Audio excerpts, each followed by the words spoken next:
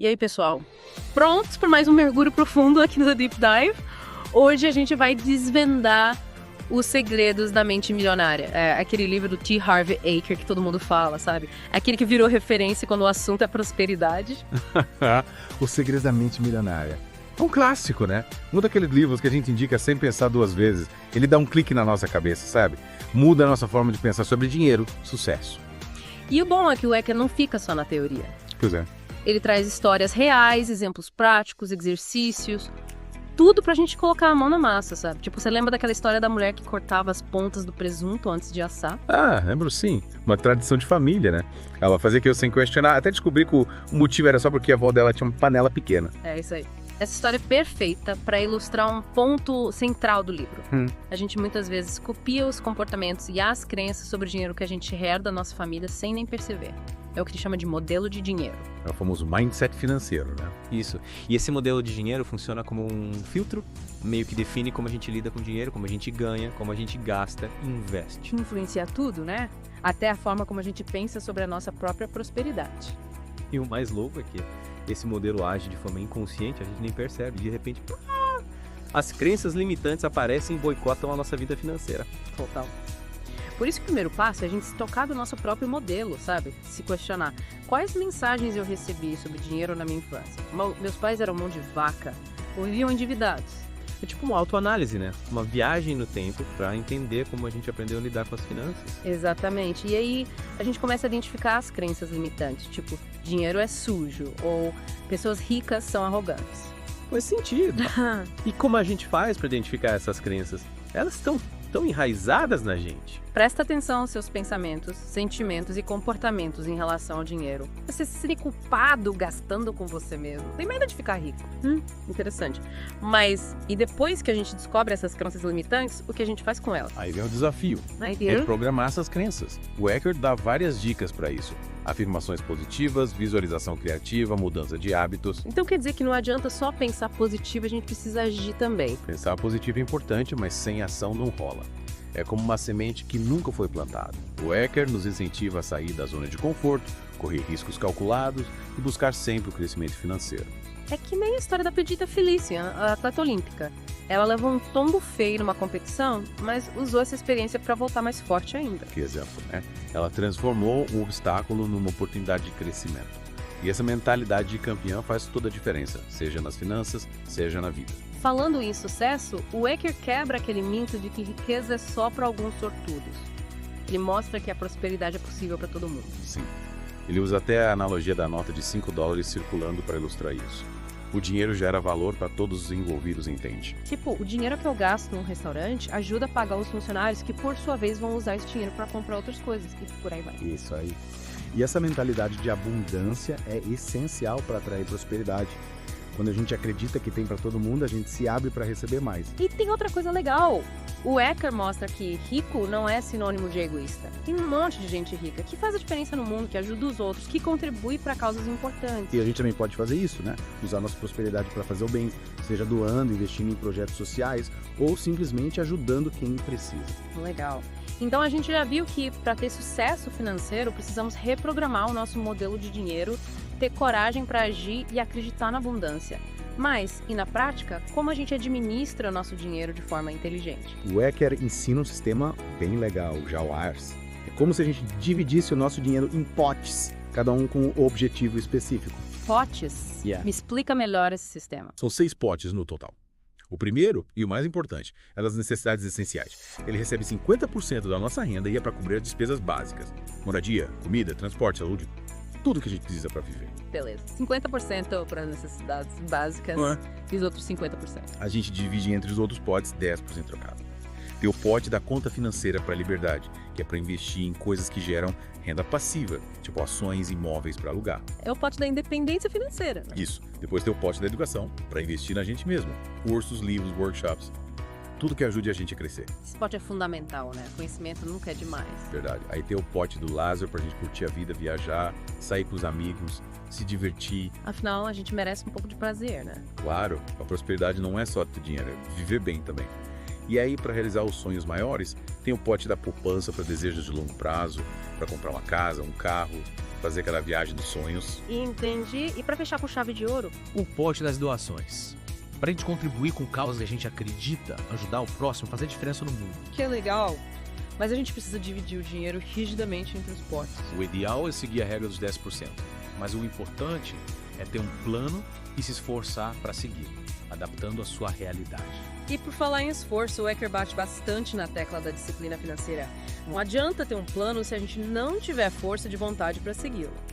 A gente vive num mundo cheio de tentações, né? Propagandas, promoções. É preciso ter foco para resistir aos impulsos e fazer escolhas inteligentes. E como a gente faz para fortalecer essa disciplina financeira? Uma dica é ter metas claras e saber os seus porquês. Por que você quer ter liberdade financeira? O que você vai ganhar com isso? Tem um objetivo final, né? Saber onde a gente quer chegar. Isso aí. E ter paciência também.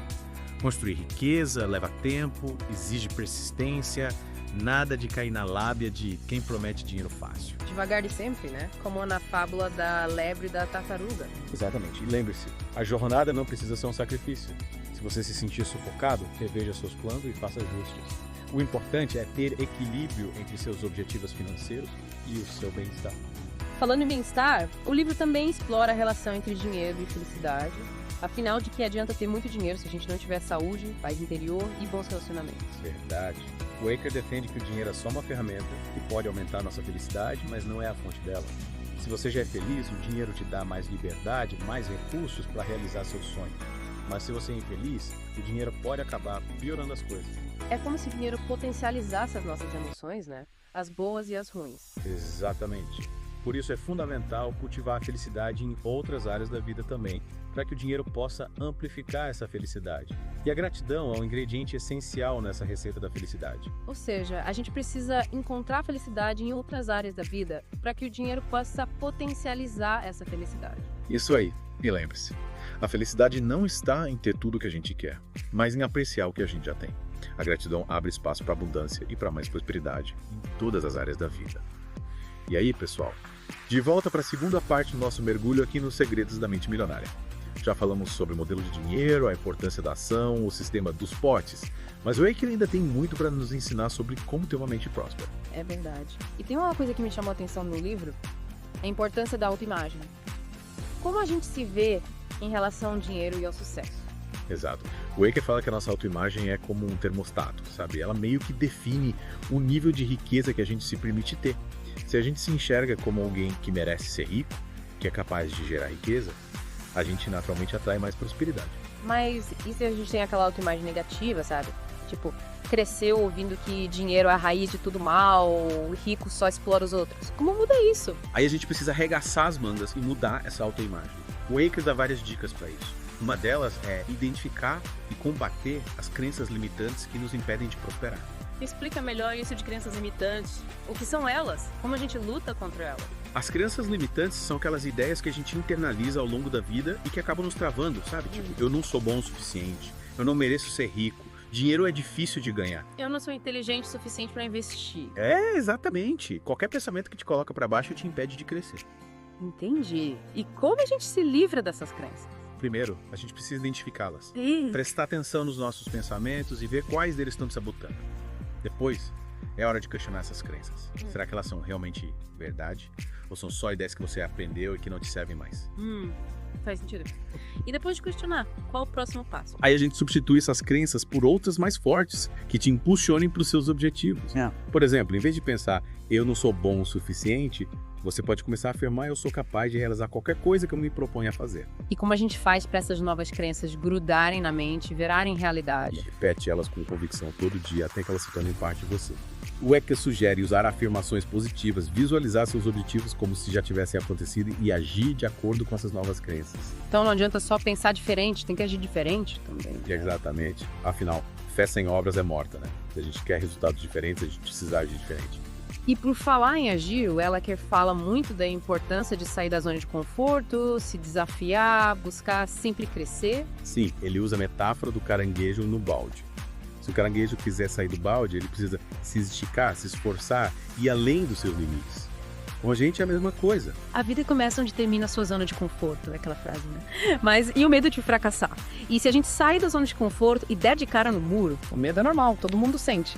Mas o Waker diz que a gente não precisa ser dominado pelo medo. A gente pode encarar ele como um sinal de que a gente está no caminho certo, se desafiando a crescer. E como a gente lida com esse medo de um jeito positivo, reconhece o medo, agradece por ele estar ali, age apesar dele. Muitas vezes o medo é só um fantasma, uma ilusão da nossa cabeça. E quando a gente age mesmo com medo, a gente vê que ele não era tão forte assim. E essa coragem de agir, de se arriscar, é fundamental para ter sucesso financeiro, né? Quem não arrisca não petisca. Com certeza.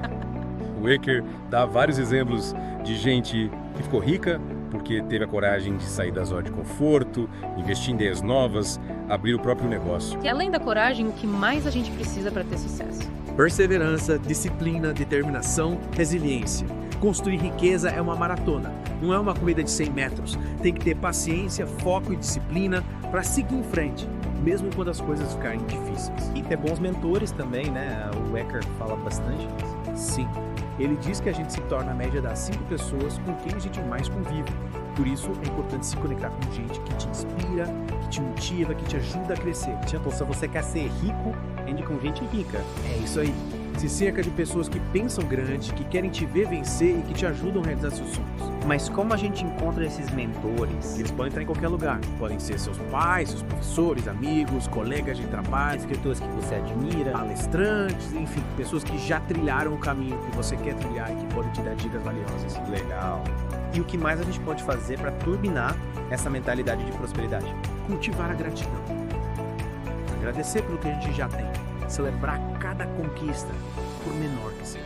A gratidão é poderosa, né? Quando a gente foca no que a gente tem de bom, a gente atrai mais coisas boas. Com certeza. A gratidão abre a gente para abundância e para receber mais prosperidade em todas as áreas da vida. Chegamos na reta final do nosso mergulho nos segredos da mente milionária. Já exploramos modelos de dinheiro, potes, crenças limitantes.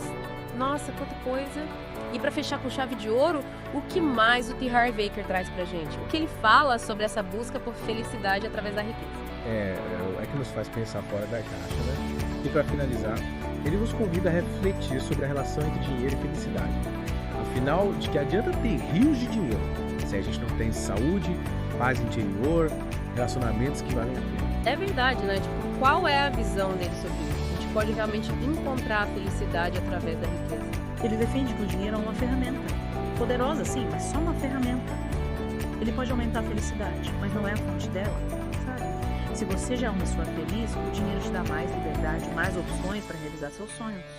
Mas se você já é infeliz, o dinheiro, na verdade, pode até piorar as coisas. Entendi.